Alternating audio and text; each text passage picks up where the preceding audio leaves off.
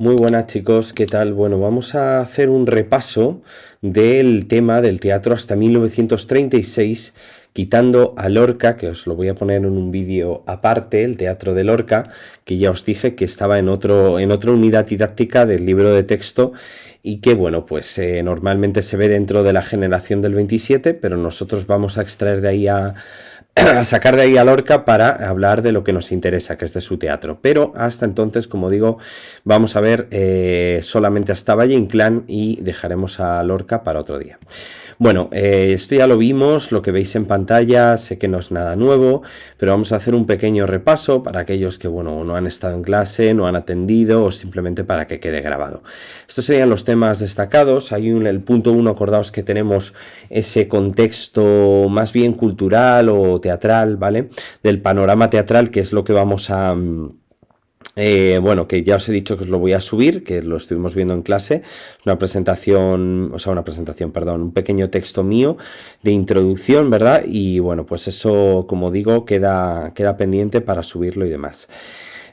Bueno, esto lo empezamos hablando de lo que era el teatro comercial o alternativo, relacionándolo con el cine. Acordaos de una película como Canino, de Yorgos Lanthimos. Hay millones de películas que son raras, que son poco comerciales, y bueno, que ya os dije, bueno, que en cierto modo ni es mejor ni peor, ¿no? Simplemente que entendamos al final que son dos paradigmas distintos, que realmente hay autores que teatrales o cineastas o músicos, como veis aquí también, que bueno, pues se dejan llevar más por lo comercial o por lo que son los gustos del público, y otros que bueno, pues que siguen hasta sus últimas consecuencias los gustos personales, ¿verdad? Y lo que quieren plantear, aunque sean problemáticas más complejas muchas veces, de una raíz o un trasfondo más filosófico, religioso, existencial, etcétera.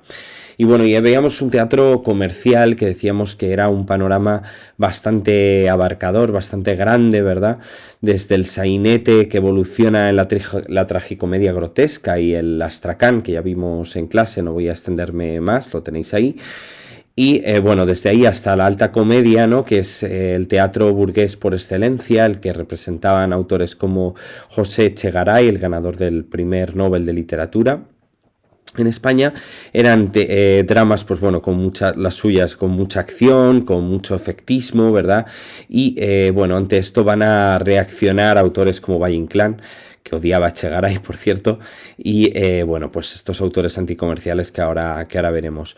Existe un teatro también lírico que no llega a tener demasiada repercusión más allá de este momento, en el que hay gente que, bueno, pues sí que disfruta con el teatro de Eduardo Marquina, de Francisco Villaespesa, con obras pues que hablan de un pasado histórico, un poco de cartón piedra, un poco verosímil, ¿no? Es, bueno, poco creativo en cierto modo, y aporta bien poco al teatro, digamos, a su renovación. Existe también el drama rural, que en cierto modo se parece un poco al sainete, solo que más, en vez de ser ambientado en ciudad, va a estar ambientado en un pueblo, ¿no? Pues yo siempre pongo el ejemplo de Emilia Pardo Bazán, para que os hagáis un poco una idea de esa, digamos, de esa ausencia de civilización, de esa barbarie en la que viven, o bueno, está en el ciclo mítico de Valle Inclán también, que vamos a ver, de la Galicia más, bueno, pues más tradicional, conservadora, y cómo parece que no ha llegado la civilización a esos lugares, y la burguesía disfruta viendo, pues en cierto modo, cómo se ve en ese escalafón social un poquito por encima de esas personas que todavía no son civilizadas, por decirlo de alguna manera. Y un teatro social que tiene cierto éxito, que con elementos bastante melodramáticos, pero con denuncia social y política, ¿no? Tendríamos entonces, con todo este panorama tan abarcador, tenemos también a una actriz muy importante, ¿verdad? Que fue María Guerrero, y que, bueno, pues estuvo en escena, digamos, muchas obras de teatro. Era como de las actrices, podríamos decir, pues yo que sé, como hoy muchísimas actrices súper conocidas de Hollywood y demás, ¿no? Para el teatro de nuestra época. Bueno, dentro del teatro comercial tendríamos a Carlos Arniches y a Jacinto Benavente, que ya vimos en clase. clase, sin olvidar esta parte en la que digo habría que añadir ejemplos del teatro lírico, de los sainetes y del astracán, es decir, tomar de todo este panorama que acabamos de ver y no solamente comentar pues estos dos autores más conocidos. De la señorita de Trébelez ya decíamos que era una obra, a ver si lo tenemos por aquí, sí, bueno, un fragmento que podéis ver en YouTube perfectamente, bueno, de esa obra que trataba de esos jóvenes de un club que, bueno, se dedicaban a fastidiar a otros simplemente por pasar el rato, por hacer bromas, vacilar, pero no tenían ningún sentido de la responsabilidad social, ni parecía que hicieran nada productivo, ¿no? Y es un poco una crítica velada, bastante suave, bastante, digamos, simpática, porque es una obra graciosa y bueno, que no es alejada de los gustos del público. El público no se va a sentir cuestionado en ningún momento por su forma de pensar o de ser. Pero bueno, Carlos Arniches pues disfruta de alguna manera introduciendo esos pequeños elementos dentro de lo que es la tragicomedia grotesca, que es este subgénero en el que se incluye la señorita de Trébelez, incluyendo esos, como digo, esos rasgos un poco noventajochistas, regeneracionistas, criticando la sociedad del momento. Recuperad esto de los temas anteriores que vimos, ¿vale?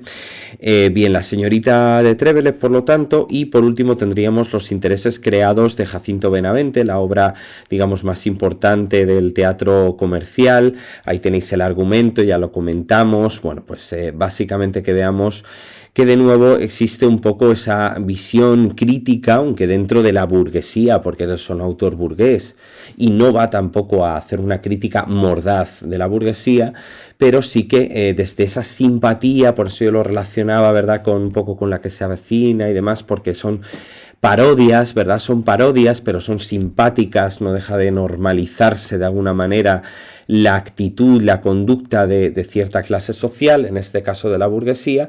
En este caso se da, bueno, pues a partir de la comedia del arte, de algunos personajes típicos de esta comedia, pues se va a representar, digamos, una obra con estas características en las que se va a criticar a la burguesía por su falta de escrúpulos, por su cinismo, para simplemente aparentando lo que no tiene, aparentando lo contrario de lo que se es, se intenta llegar a, digamos, bueno, pues a otro estatus social del que aún no se forma parte, pero que solamente por la apariencia y por el cinismo de los personajes se puede llegar a donde se quiera, ¿no? Ese es el mensaje que se intenta transmitir a partir de esos intereses, que al final, como decía Jacinto Benavente, es mejor crear afectos que crear, mejor que crear afectos es crear intereses, ¿verdad? Por encima de todo el interés económico, el interés social y fijarse en cómo medrar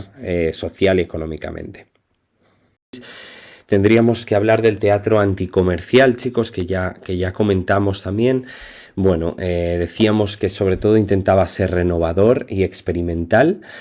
Debía también servir, digamos, como un cauce de reflexión bueno, pues de una serie de pensamientos, de ideas que normalmente resultan pues un poco complejas o difíciles de asumir por el público, porque muchas veces, pues imagínate, ¿no?, que te están planteando cuestiones acerca del paso del tiempo, ¿no?, que a todo el mundo angustia, que a todo el mundo agobia, o sobre la posible inexistencia de Dios, sobre si existe o no. Pues son cuestiones complicadas de asumir por un público que viene a pagar, a decirme voy a desconectar, como si voy al cine a ver una película de Marvel y no, oye, mira, que me ponen una película rara que me hace cuestionarme cosas que no me apetecen en este momento, ¿no? Pues esto es lo anticomercial, y hay autores que abogan por ello a pesar de que van a ganar menos dinero, van a adquirir menos fama. Sin embargo, es verdad que los autores más conocidos de esta corriente que estudiamos, podríamos decir que son Azorín Unamuno, Jacinto Grau.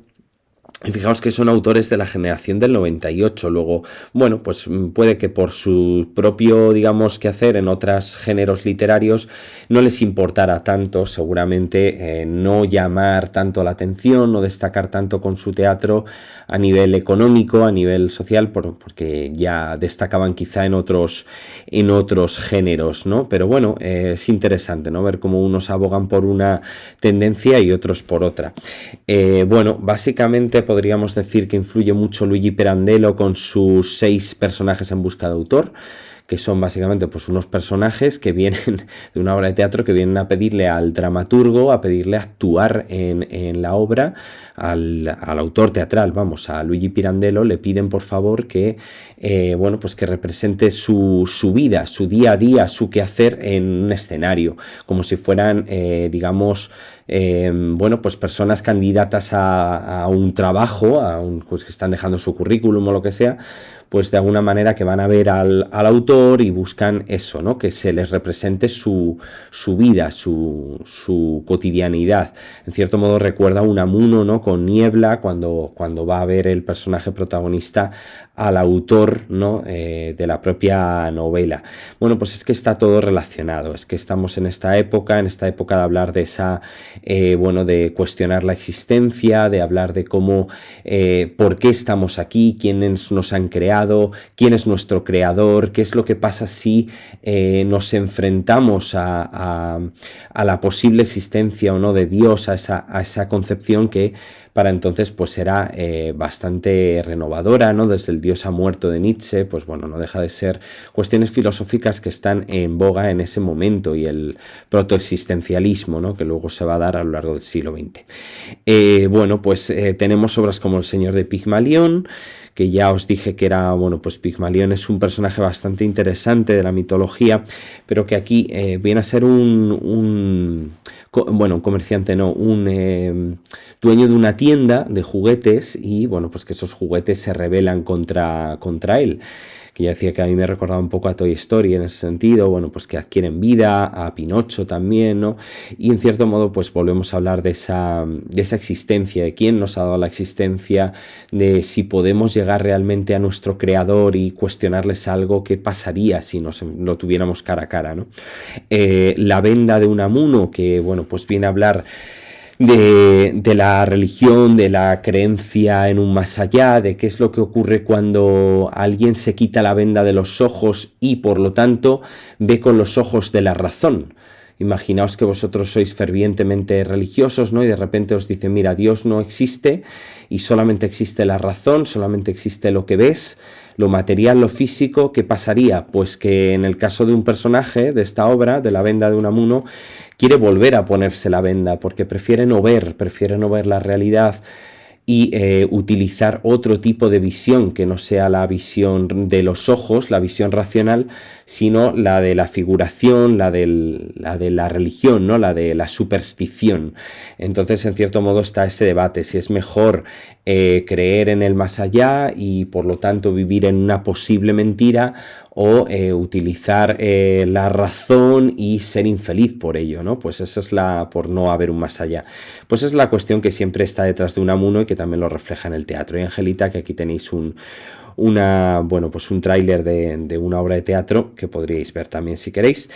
Bueno, pasando ya entonces a Ramón María de Valle Inclán, vamos a esbozar un poquito su obra en otro vídeo.